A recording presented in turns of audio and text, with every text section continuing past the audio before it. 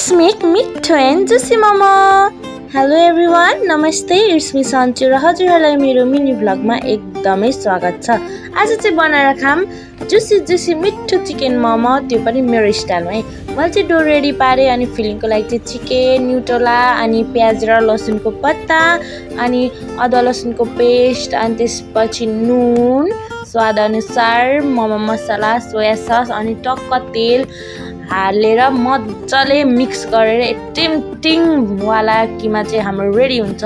यो चाहिँ एकदमै सिम्पल र मिठो रेसिपी हैन। यो चाहिँ तपाईहरुको घरमा उयो कोपीहरु नभएको बेलामा बनाएर खानु होला, एकदमै मिठो हुन्छ। अनि हामीले चाहिँ आफ्नो गाला जस्तो ठुलो मोमो बनाएर खाने प्लान गरी म र मेरो भाइले चाहिँ। अनि त्यसपछि हाम्रो मोमो नि रेडी हुँदै थियो। अनि साइडमा चाहिँ मैले अचार बनाएँ, सिलौटोमा मैले अचार बनाएको, यस्तो मिठो भएको थियो नि साँच्चै भनेको। अनि हाम्रो मोमो पनि रेडी भएर मैले भाइलाई दिएको। मेरो भाइ अचार नखाने मान्छे पनि अचार मोली खाइरहेको थियो है, भनेपछि अचार एकदमै मिठो भएको थियो भनेर बुझ्नु होला। अनि त्यसपछि चाहिँ मेरो टर्न, मैले नि मोमो खाएको। फर्स्ट बाइट यस्तो मिठो भएको थियो, मलाई खाएको खाइ भएको क्या। सो हजुरहरू पनि बनाएर खानु होला मिठो मोमो। So thank you.